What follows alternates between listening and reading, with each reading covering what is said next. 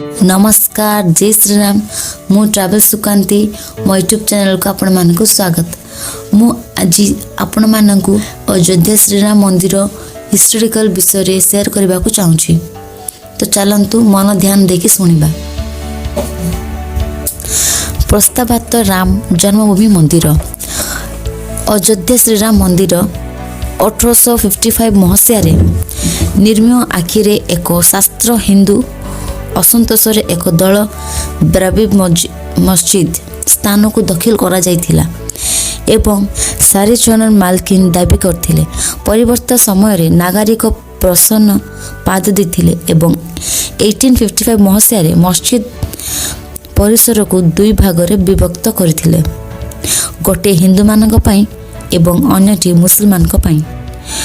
1883 मसीह हिंदू माने पार्लियामेंट एक मंदिर निर्माण पई उद्यम आरंभ करथिले। जेतेबेले प्रसन्न से मानकु एहा करिबा को अनुमति मना कले से माने मामला को कोर्ट को नहीं गले।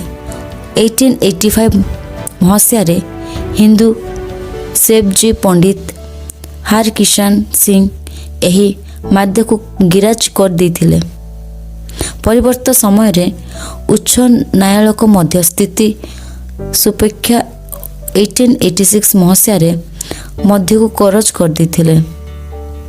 डिसेंबर 1946 रे केते हिंदू मस्जिद रे राम एवं सीता को मूर्ति रखिथिले एवं से माने चमत्कार भाव सेठारे उपस्थित थिबा दाबी करथिले। हजार हजार हिंदू भक्ति एही स्थान प्रदर्शन करिबा आरंभ कला बेले सरकारी मस्जिद को विदाय अंचल घोषणा करे एहार फटो को बंद कर देथिले।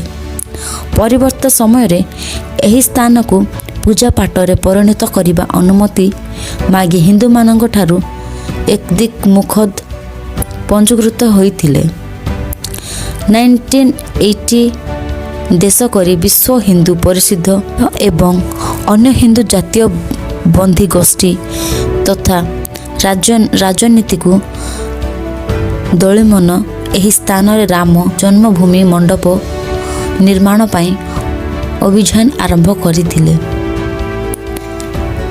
राजीव गांधी सरकारी हिंदू मानक प्रार्थना पाई उक्त स्थान को प्रवेश करने को अनुमति देथिले। 6 डिसेंबर 1992 रे हिंदू जातीय बेदू माने मस्जिद को भांगी देथिले। फूल स्वरूप सामुद्रिक दंगात 2000 अधिक मृत्यु घटी।